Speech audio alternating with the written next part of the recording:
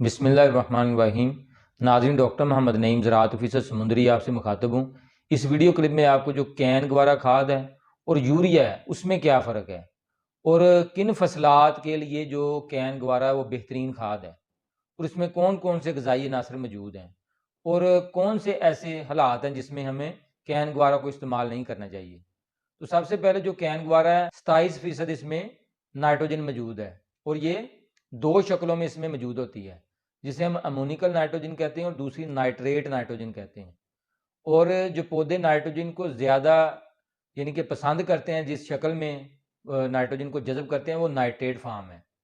और जो यूरिया उसमें जो नाइट्रोजन पाई जाती है वो अमोनिकल फार्म है। तो अमोनिकल फार्म जब हम इसको ज़मीन में डालते हैं तो इसको नमी मिलती है और ऑक्सीजन मिलती है और मुख्तलिफ जानदार जिसे हम नाइट्रोसोमोनास और नाइट्रोबैक्टर कहते हैं वो इस पर अमल करते हैं, तो वो ये नाइट्रेट में तब्दील होती है और फिर इस नाइट्रेट को पौधे जज़ब करते हैं। तो इसमें जो कैन गवारा है इसमें 27% नाइट्रोजन मौजूद है और यूरिया में 46% नाइट्रोजन मौजूद है। तकरीबन कह लें कि आधा जो इसमें फ़र्क है दोनों में। लेकिन जो गवारा खाद है इसमें कैल्शियम और मैग्नीशियम की भी काफ़ी मकदार मौजूद है और इन दो ग़िज़ाई अंसर की वजह से ये खाद एक बेहतरीन खादों में इसका शुमार किया जाता है। ख़ास तौर पर जितने भी फलदार दरख्त हैं और सब्ज़ियात हैं, उन सब में जो कैन गवारा का इस्तेमाल है वो बेहतरीन नताइज देता है, क्योंकि इसमें जो मैग्नीशियम और कैल्शियम मौजूद है और दूसरा जो नाइट्रेट वाली नाइट्रोजन मौजूद है, ये तकरीबन कह लें कि पौधों तक इसकी रसाई 100% जो है वो मुमकिन होती है। तो ये इसकी जो पीएच है वो न्यूट्रल है, यानी कि ना ज़मीन में जाके ये तेज़ाबियत पैदा करती है, ना ये एहसासियत पैदा करती है। और पौधों में जो पौधों को जो कैल्शियम और मैग्नीशियम की ज़रूरत है उसकी कमी को भी पूरा करती है, जिसकी वजह से बहुत सारे मसाइल जो है पौधों में आते हैं। जिस तरह के आपने देखा होगा टमाटर है, उसकी जो एक साइड है, जिस साइड से वो डंडी के साथ अटैच होता है और जो दूसरी मुखालिफ सिमत है, वहाँ से टमाटर जो है वो ब्लैक होना शुरू हो जाता है और उसकी जिल्द फट जाती है। इसकी वजह जो है वो कैल्शियम की कमी है। इसी तरह आप कह लें कि जिस तरह बैंगन है, इसी तरह शिमला मिर्च है, सब्ज़ मिर्च है, इन सब में जो फल की जिल्द है जब ख़राब होती है उसकी मेन वजह कैल्शियम की कमी है। तो इस गवारा खाद में मौजूद जो कैल्शियम है, ये कह लें कि इंतहाई जो अवेलेबल फार्म है, जिसकी रसाई पौधों तक बड़ी आसानी से हो जाती है, वो इसमें मौजूद है। तो इसके अलावा मैग्नीशियम भी इसमें मौजूद है, जो कि सब्ज़ मादे का एक अहम जुज़ है, जो कि ज़ियाई तलीफ़ के अमल में अपना अहम किरदार अदा करता है और जिसकी वजह से पौधा अपनी खुराक तैयार करता है। तो यूरिया में जो नाइट्रोजन मौजूद है वो 46% है और वो अमोनिकल फार्म में मौजूद होती है। जब हम उसको ज़मीन में शामिल करते हैं तो नमी और हवा के साथ मिलकर फिर वो और ज़िंदा जानदार मिलकर उसको नाइट्रेट में तब्दील करते हैं। अब आ जाते हैं कि कैन गवारा जो खाद है वो किन हालात में इसको इस्तेमाल नहीं करना चाहिए। जिस तरह के चावल का खेत है उसमें हम जो पानी को खड़ा रखते हैं, ऐसे खेतों में इसको इस्तेमाल नहीं करना चाहिए, क्योंकि इसमें जो नाइट्रेट है वो फ़ौरन पानी में हाल पजीर है। वो पौधों की जड़ों से नीचे ज़ेर ज़मीन पानी में चला जाता है और वो नाइट्रोजन वो ज़ाया हो जाती है।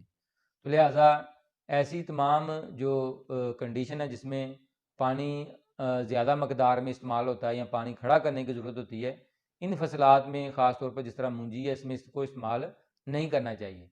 इसके अलावा छट्टा करने के फ़ौरन बाद अगर पानी लगाएंगे तब भी जो नाइट्रेट वाली नाइट्रोजन इसमें ज़ाया हो जाती है। तो लिहाजा इसको आप पानी लगाने के बाद अगर छट्टा करेंगे तो इसका ज़बरदस्त रिज़ल्ट आता है। और जितनी भी डाई कार्टिलिडन क्रॉप हैं, जिस तरह के काटन है, सोयाबीन है, जितनी दालें हैं, इसके अलावा चने हैं, मटर हैं, ऐसी तमाम फसलें जिनका बीज दो हिस्सों में तकसीम हो जाता है, उसको हम कहते हैं डाई कार्टिलिडन। इनकी जो कैल्शियम की ज़रूरत है वो मानोकार्ड, जिसमें कि आपकी मकई है, इसके अलावा गंदम है, जिसका बीज आसानी से दो हिस्सों में तकसीम नहीं होता। तो आप कह लें कि ये इनके मुकाबले में जो डाई कार्ड की ज़रूरत है वो कैल्शियम की डबल है।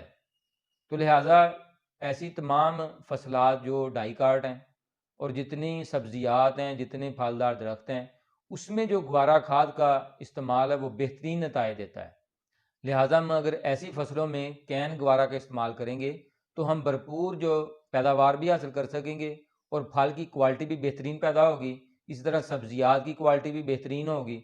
और जितनी भी कह लें कि ख़ास तौर पर ये बीमारियों के ख़िलाफ़ और इसके अलावा कीड़ों मकोड़ों के ख़िलाफ़ क़ुव्वत मदाफ़त ये पैदा करता है कैल्शियम, क्योंकि जल्द को ये सख्त करने में इसका एक अहम किरदार है। तो जब जल्द सख्त होती है तो यही जो फर्स्ट लाइन ऑफ डिफेंस है, यही जो पहली लाइन है, जब भी कोई बीमारी हमलावर होती है या कोई कीड़ा मकोड़ा हमलावर होता है, अगर पौधे की सतह मजबूत होगी तो बीमारियां भी कम हमलावर होंगी, कीड़े मकोड़े भी कम हमलावर होंगे। और नाइट्रेट जो फार्म है उसको पौधा बड़ी आसानी से जज़ब कर लेगा और इसकी एफिशिएंसी ज़्यादा होने की वजह से यूरिया के मुकाबले में ये ज़्यादा एक बेहतरीन खाद है। और यूरिया अपनी जगह पर वो भी एक अच्छी खाद है, लेकिन उसमें कह लें कि उसका रिज़ल्ट ज़रा क्विक है और उसमें जो नाइट्रोजन की ज़्यादा मकदार मौजूद है, लेकिन उसमें कैल्शियम और मैग्नीशियम मौजूद नहीं है। और ख़ासतौर पर अमोनिया गैस की शक्ल में वो हवा में खारिज होकर ज़ाया हो जाती है। और इसमें जो नाइट्रोजन है वो क्योंकि नाइट्रेट फार्म में ज़्यादा मकदार मौजूद है, इसलिए इसके ज़ाया होने के चांसेस बहुत कम होते हैं और लिहाजा ये ज़ाया होती है। पानी की जब हम ज़्यादा मकदार लगाते हैं तो ये ज़ेरे ज़मीन पानी में चली जाती है, तो ये इस तरीके से ज़ाया होती है। जो यूरिया है वो अमोनिया गैस की शक्ल में ज़ाया होती है। अगर आपने छटा दे दिया और पानी नहीं लगाया, एक दिन के बाद पानी लगा रहे हैं, तो उसमें वो खाद ज़ाया हो जाती है। तो लिहाजा मेरी गुजारिश है, जितने सब्जियात हैं, फलदार दरख्त हैं और डाइकाटालिडन जो मैंने आपको बताया है, इनमें अगर आप कैन गवारा खाद का इस्तेमाल करेंगे तो आप भरपूर नताइज हासिल कर सकेंगे और बेहतरीन क्वालिटी पैदा कर सकेंगे। शुक्रिया।